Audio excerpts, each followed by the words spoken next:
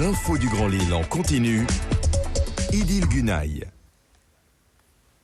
Bienvenue dans l'édition du soir sur Grand Lille TV, toute l'actu de la métropole lilloise de ce vendredi 10 février. Si vous devez prendre la route à cette heure-ci, voyez sur la rocade de Villeneuve d'Ascq, trafic complètement saturé de la courbe de Babylone jusqu'aux 4 cantons. Ça coince également actuellement sur la voie rapide urbaine de la Tour Mercure de Roubaix-Tourcoing jusqu'à Lille. Trafic saturé sur l'A1 vers Fâche-Tuménil à partir de Ronchin, avec des répercussions sur le boulevard périphérique sud dès la sortie centre commercial Anglo en arrivant de la 25. Et puis attention également sur cette rocade nord-ouest saturée, elle aussi, un peu avant la sortie L'Homme à hauteur de Saint-André-Lambersart. Et attention à la pollution dans la métropole lilloise, jugée encore très élevée en ce vendredi. C'est le cas depuis hier.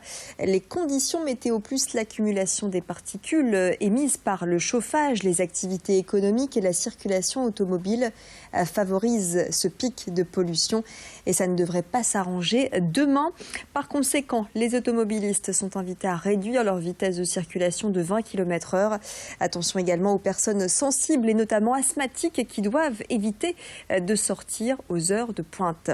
Selon Christiane Bouchard, vice-présidente de la MEL, chargée du développement et du plan climat, 1400 décès par an dans la métropole lilloise seraient liés à la pollution, d'où l'importance de trouver des solutions rapides. Elle s'en explique au micro d'Adrien Lanois. Aujourd'hui, 58% des déplacements en France sont des déplacements à moins d'1 kilomètre.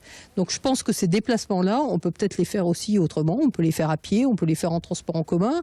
Donc il y a aussi des changements de comportement qui sont à mettre en place pour faire aussi en sorte qu'il y ait moins de véhicules globalement et tout le temps sur l'ensemble du territoire. Le covoiturage en est un autre exemple. Le télétravail à mettre en place aussi avec les entreprises ou les horaires décalés. Tout ça, c'est des bouquets de solutions qui, à mon avis, sont importantes aujourd'hui pour jouer sur la qualité de l'air.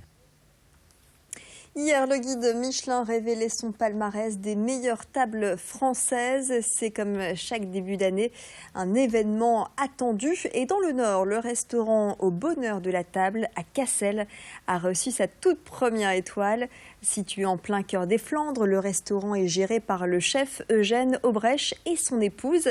L'annonce de cette première étoile, une belle surprise pour ces restaurateurs passionnés, mais qui ne va pas changer le fonctionnement de l'établissement, comme l'a confié le chef ce matin au micro de Clotilde Le Guélac. C'était une très grosse surprise parce que nous sommes une petite structure et donc c'est vrai qu'avec mon épouse, quand le directeur du guide Michelin nous a appelé mardi soir, on s'est dit ben non, c'est pas possible, il y a d'autres maisons avant la nôtre, avant Cassel, et il nous a dit non, c'est vraiment votre travail qui prime, et donc on est fiers de vous annoncer que vous serez le prochain étoilé Michelin de la région. Avec mon épouse, on n'a fait que des maisons étoilées.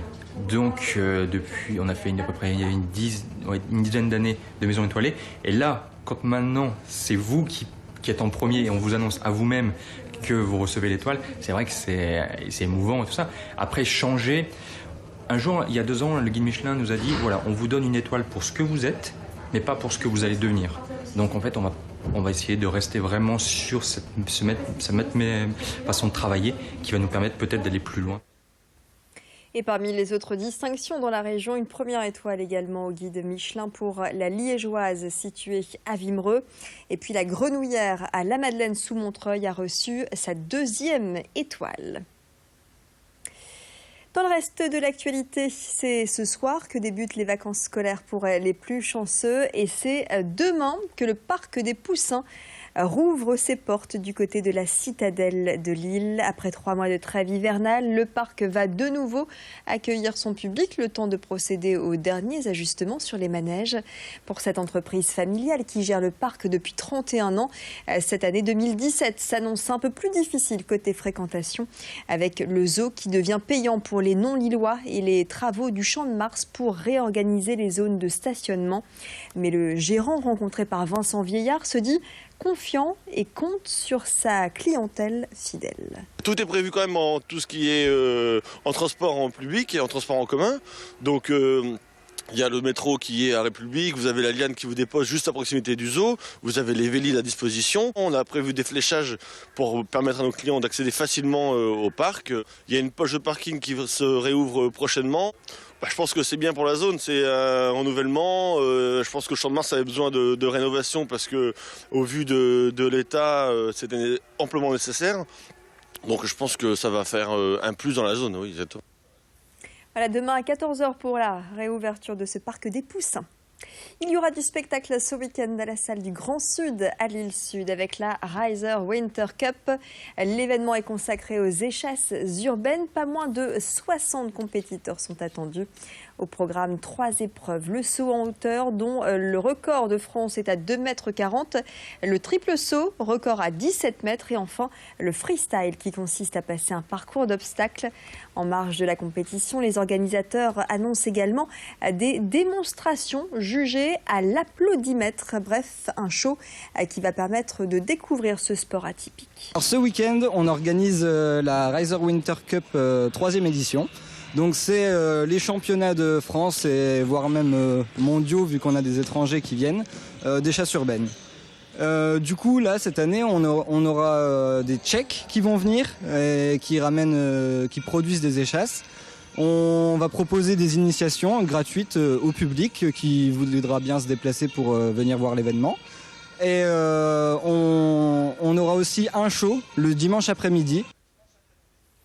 Et puis ils sont 7 réunis pour la première fois sur une même scène. 7 des plus grands magiciens internationaux se produisent au Zénith de Lille demain et dimanche. C'est le spectacle Les Illusionnistes en français.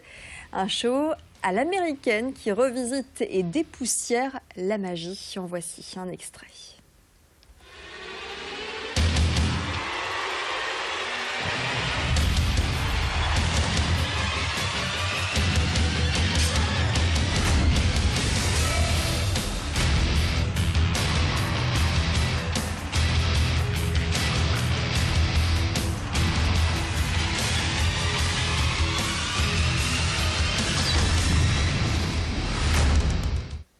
Voilà les illusionnistes.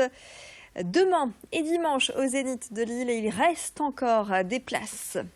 C'est la fin de cette édition. Je vous souhaite d'avance un très bon week-end. Profitez-en. Vous retrouvez les prévisions météo du week-end justement avec Clotilde Le Guévec. Ce sera juste après cette courte pause. Restez avec nous. L'info près de chez vous, c'est sur Grand Lille TV.